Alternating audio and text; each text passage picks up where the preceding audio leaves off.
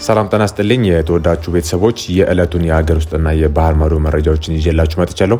በቅድሚያም ዋና ዋናዎቹን ላስደምጣችሁ። ፋኖ፣ ህወሓት፣ ግብጽና ኤርትራ በጋራ በኢትዮጵያ ላይ ጥቃት ሊሰነዝሩ እንደሆነ ጀነራሉ አንድ ሚስጥር ይፋ አድርገዋል። ጀነራሉ ይፋ ያደረጉት ሚስጥር በርካቶች ያልጠበቁትና ያላሰቡት በመሆኑ በርካቶች ላይ ድንጋጤ የፈጠረ መረጃ ሆኗል። በዚህ ጉዳይ ላይ ጥንክራችን በዝርዝር ወደ እናንተ የሚያደርሰው መረጃ ይኖራል።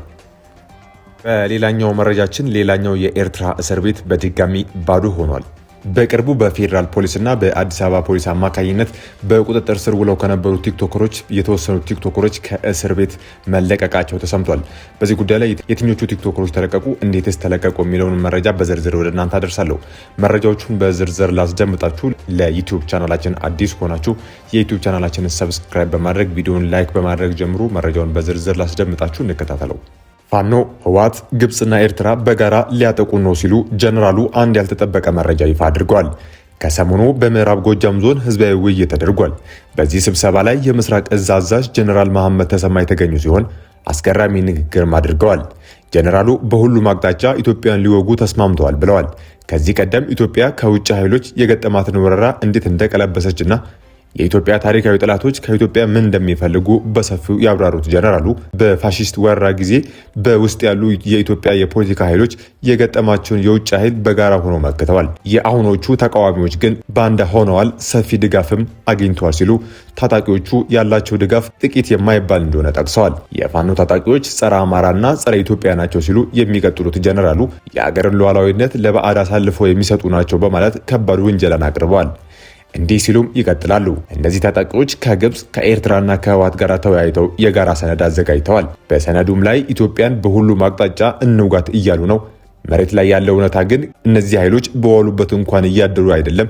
ከዛሬ 2 ዓመት በፊት ግን ዞኖችና ወረዳዎችን መቆጣጠር ችሎ ነበር በማለት ፋኖ ከግብጽና ኤርትራ ጋር የጋራ መግባባት መድረሱን ተናግረዋል። ጀነራሉ በዚህ ጉዳይ ላይ ከፌዴራል ፖሊስም ሆነ ከፋኖ ኃይሎች በኩል ወይም ከኤርትራና ከህወሓት በኩል የተሰጠ ምንም አይነት ማብራሪያ የለም።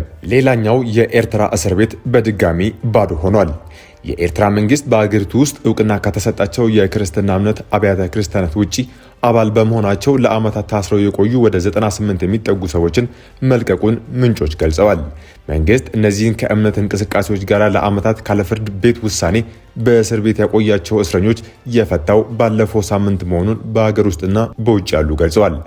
ባለፈው ሳምንት ሐሙስ የፕሬዝዳንት ኢሳያስ አፈወርቂ መንግስት ከመካከላቸው 20 ሴቶች የሚገኙበት 36 ታማኞችን በዋስ ከእስር ለቋል። ከተለቀቁት መካከል አብዛኞቹ ማይስሩዋ በተባለ እስር ቤት ውስጥ ከ5 ዓመታት በላይ መደበኛ ክስ ሳይመሰረትባቸው እንዲሁም ፍርድ ቤት ሳይቀርቡ በእስር ላይ ቆይተዋል። በተጨማሪም ምንጮች እንዳሉት ሌሎች 17 እስረኞች ባለፈው አርብ ከእስር ቤት እንዲወጡ ተደርገዋል። ከ2 ሳምንት በፊት ደግሞ ለ3 ዓመታት ካለፍርድ በእስር ላይ የቆዩ 16 ሴቶችን ጨምሮ 26 ሰዎች ከእስር ተለቀዋል። ቀደም ሲል ደግሞ 19 ሰዎች ከረን ውስጥ የሚገኝ እስር ቤት መለቀቃቸውን ምንጮች የገለጹ ሲሆን ከመካከላቸው 3 ሴቶች ናቸው።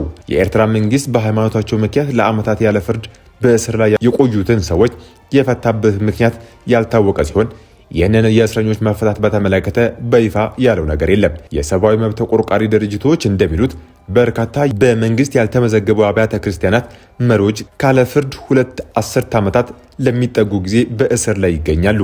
የሰብአዊ መብቶች ተከራካሪዎች አሁንም በመንግስት እውቅና ያልተሰጣቸው የሃይማኖት ቡድኖች በርካታ ተከታዮችና መሪዎቻቸው አሁንም በእስር ላይ እንደሚገኙ ይናገራሉ። በኤርትራ ውስጥ በመንግስት እውቅና ያላቸው 4 የእምነት ተቋማት ብቻ ናቸው። እነርሱም የኦርቶዶክስ ተዋሕዶ ቤተክርስቲያን፣ የካቶሊክ ቤተክርስቲያን፣ ኢቫንጀሊክ ሉትራን ቤተክርስቲያን እና የሱኒ እስልምና ናቸው። የኤርትራ መንግስት እውቅና ከሰጣቸው የሃይማኖት ተቋማት ውጪ ያሉት ቡድኖች የውጭ መንግስታት መጠቀሚያ መሳሪያዎች ናቸው ሲሉ ይወነጅሏቸዋል። ስለዚህም ከ4 የእምነት ቡድኖች ውጪ ያሉ የሃይማኖት ቡድኖች በአገሪቱ ውስጥ ምንም አይነት ይፋዊ እንቅስቃሴ እንዲያደርጉ አይፈቀድላቸውም። መንግስት እውቅና የሰጣቸው የእምነት ቡድኖችም ቢሆኑ ጥብቅ ቁጥጥር የሚደረግባቸው ሲሆን ንብረቶቻቸውም በመንግስት ይወረሳሉ። ቀደም ሲል የኤርትራ ካቶሊክ ቤተክርስቲያን የነበሯት ትምህርት ቤቶች፣ የሕክምና ተቋማት የመሳሰሉ የማህበራዊ አገልግሎት መስጫ ተቋማት ወደ መንግስት ይዞታ እንዲዘዋወሩ ተደርጓል። ከ2 ሳምንት በፊት የኤርትራ ባለስልጣናት ከፍርድ ቤት ውሳኔ ውጪ ከ18 ዓመታት በላይ አስረው ያቆዩቸውን 13 ሰዎች መፍታታቸው መዘገቡ ይታወሳል። ከእነዚህም መካከል የ69 ዓመቱ አዛውንት የቀድሞ የኦሎምፒክ ብስክሌት ተወዳዳሪና ነጋዴ የሆኑት ዘርአግባር ገብረ ሕይወት ይገኙበታል። ይህ በርካታ እስረኞች ካለፍርድ ለዓመታት የሚታሰሩበት ማይስርዋ እስር ቤት በኤርትራ ውስጥ ካሉ አስከፊ ሁኔታ ካለባቸው እስር ቤቶች አንዱ መሆኑ ይነገራል። የፕሬዝዳንት ኢሳያስ መንግስት የሃይማኖት ነጻነት ማፈንን ጨምሮ ገደብ በሌለው የብሔራዊ ውትድርና አገልግሎትና በሌሎች የሰብአዊ መብት ጥሰቶች በተደጋጋሚ ክስ ሲቀርብበት ቆይቷል። ኤርትራ ከኢትዮጵያ ተለይታ ነጻ ሀገር ከሆነች ከ30 ዓመታት በላይ የሆናት ሲሆን አገሪቱ የምትተዳደርበት ህገ መንግስት የህዝብ ምክር ቤት የላትም። ምርጫ አካሄዳ የማታውቀው ኤርትራ የነጻነት ትግሉን የመሩት ኢሳያስ አፈወርቂ ለ35 ዓመታት ገደማ አገሪቱን በፕሬዝዳንትነት እየመሩ ይገኛሉ። በቅርቡ የፌዴራል ፖሊስና የአዲስ አበባ ፖሊስ በማህበራዊ ሚዲያ በተለይም በቲክቶክ ላይ የማህበረሰቡን ሞራልና እሴት የሚሸረሽሩ ተግባራትን ይፈጽማሉ ባሏቸው ግለሰቦች ላይ የጀመረውን እርምጃ ተከትሎ በቁጥጥር ስር ውሎ የነበረው ቲክቶከር አዶናይ ከቀናት የእስር ቆይታ በኋላ ከእስር መለቀቁ ተረጋግጧል። አዶናይና ሌሎች 5 ቲክቶከሮች በፌዴራል ፖሊስ ወንጀል ምርመራ ቢሮ ተይዘው የነበረ ሲሆን ፖሊስ በጥርጣሬ ለያዛቸው ግለሰቦች የ14 ቀን የጊዜ ቀጠሮ ጠይቆባቸው እንደነበረ ይታወሳል። ሆኖም ለጉዳዩ ቅርበት ያላቸው ምንጮች እንደገለጹት የአዶናይ ጉዳይ በምርመራ ሂደት ታይቶና አስፈላጊው ምክር ተሰጥቶ በዋስ እንዲለቀቅ ተደርጓል።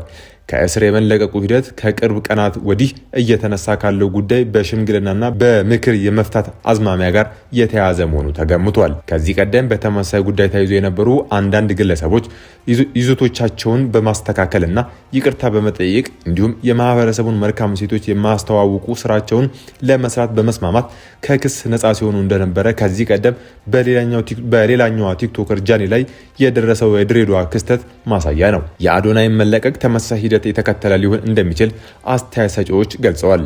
ፖሊስ ሰሞኑን በወሰደው እርምጃ ቁጥራቸው ከ8 በላይ የሚሆኑ ቲክቶከሮች በቁጥጥር ስር የዋለ ሲሆን እርምጃው ትውልድን የመታደግ ስራ ነው በሚል በደጋፊዎችና የግለሰብ ነጻነት የሚጋፉ ነው በሚል በተቺዎች መካከል ሰፊ ክርክር ማስነሳቱን ቀጥሏል።